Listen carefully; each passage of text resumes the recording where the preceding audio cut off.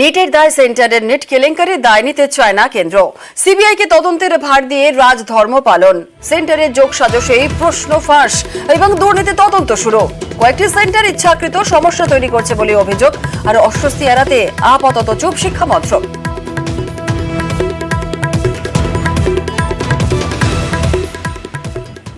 পুনরায় NEET Yuji পরীক্ষায় গড় হাজির 48% পড়ুয়াই।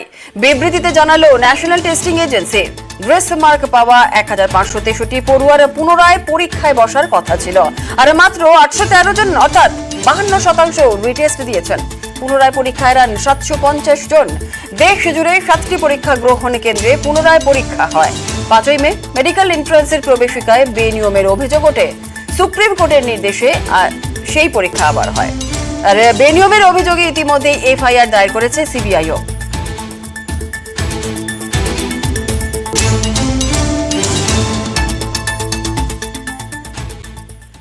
নিট কেলেঙ্কারিতে সিবিআই এর এফআইআর। 5ই মে নিট ইউজিসি পরীক্ষায় বেনিয়মের অভিযোগ ওঠে।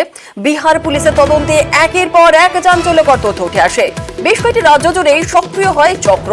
আর ইতিমধ্যেই সিবিআই তদন্তের ঘোষণা কেন্দ্রীয় শিক্ষা মন্ত্রকের। এফআইআর দায়ের করে তদন্ত শুরু কেন্দ্রীয় তদন্ত সংস্থার। আর এদিকে নেট কেলেঙ্কারিতে কেন্দ্রের জিরো টলারেন্স দাবি করে রাজ্যের তৃণমূল সরকারকে খোঁচা শুভেন্দু অধিকারীর। পাল্টা কেন্দ্রীয় সরকারকে নিশানা করে শুভেন্দুকে তোপ কুণালের। সামগ্রিকভাবে কেন্দ্রীয় সরকার যে অ্যাকশনগুলো নিচ্ছেন, পশ্চিমবঙ্গে এই ধরনের ক্ষেত্রে কোনো অ্যাকশন কখনো না। কেন্দ্রীয় সরকার ভালো জানে কোনটা কি করতে হয় এবং তারা কড়া পদক্ষেপ নিয়েছে। যে পদক্ষেপ পশ্চিমবাংলার ক্ষেত্রে সরকার কখনো নেয় না, পশ্চিমবাংলার ক্ষেত্রে বরঞ্চ দুর্নীতিগ্রস্ত এবং ত্রুটি যারা করেন তাদের বাঁচানোর চেষ্টা করেন। পুরো ফাঁস হয়ে গেছে। কোন ব্যবস্থা নিয়েছে? লক্ষ লক্ষ ছাত্রছাত্রীর ভবিষ্যৎ অনিশ্চিত হয়ে গেছে। প্রশ্ন ফাঁস হচ্ছে। বিভিন্ন কোচিং সেন্টার কোটি কোটি টাকার বিনিময় এর মধ্যে জড়িত বলে অভিযোগ উঠছে। তো সুতরাং ওরা আগে ওইসব সামলাকে যাক। বাংলায় যদি কেউ কোনো অন্যায় করে থাকে, ভুল করে থাকে, তাদের শাস্তি হচ্ছে। দল ব্যবস্থা নিচ্ছে, সরকার ব্যবস্থা নিচ্ছে। মুখ্যমন্ত্রী বাকিটা সিস্টেমটাকে সুন্দর, সতর্ক, সচেতন রেখেছেন, স্বচ্ছ রেখেছেন। আর কেন্দ্রের গোটা সিস্টেমটা সারা দেশব্যাপী কোলাপস করেছে। দুর্নীতি তদন্তে নেমে ফের আক্রান্ত কেন্দ্রীয় এজেন্সি। এবার বিহারের নওদায় সিবিআই এর ওপর হামলা। ইউজিসি নেট প্রশ্ন ফাঁসে অভিযানের সময় চড়াও 200 থেকে 300 জন, পুলিশের জালে 4।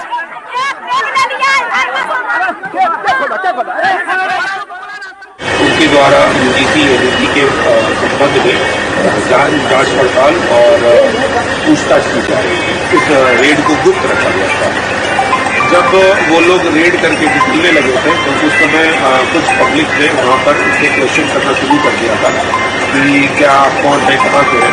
फिर उनके द्वारा जो है सूचना दी गई रजौली थाने को, मुझे भी सूचना प्राप्त हुई और फिर हम लोग सीबीआई की टीम को लेकर थाने पर आए और फिर वहाँ से कार्रवाई की। আর এ নিয়ে ইতিমধ্যেই শুরু হয়ে গিয়েছে রাজনৈতিক তরজা।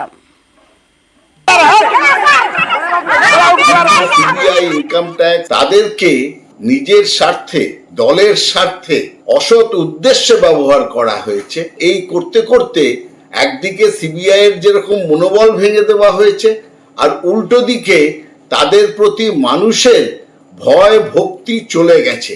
তারা মনে করে এটা মোদির শাখা সংগঠন। তখন এই ঘটনা তো খুব আশ্চর্যের নয়। যারা এখন বিতর্কিত মন্তব্য করছেন, কিছুদিন পরে তারা বুঝতে পারবেন যে সিবিআই তদন্ত করতে পারে কি পারে না। এই দেশের মানুষের সিবিআই তদন্তের প্রতি আস্থা আছে। আর বিহারে যেটা হয়েছে সেটা আরজেডি জোট ধর্ম পালন করেছে।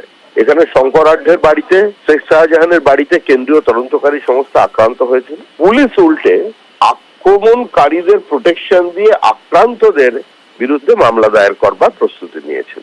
তো পশ্চিমবঙ্গে এটা হয়েছে। পশ্চিমবঙ্গের তৃণমূল, ওখানে আরজেডির বিরুদ্ধে দুর্নীতির তদন্ত, সেখানেও তারা আক্রমণ করেছে। জোটের মধ্যে একটা সামঞ্জস্য গড়ে উঠে, এটা ভালো লক্ষণ।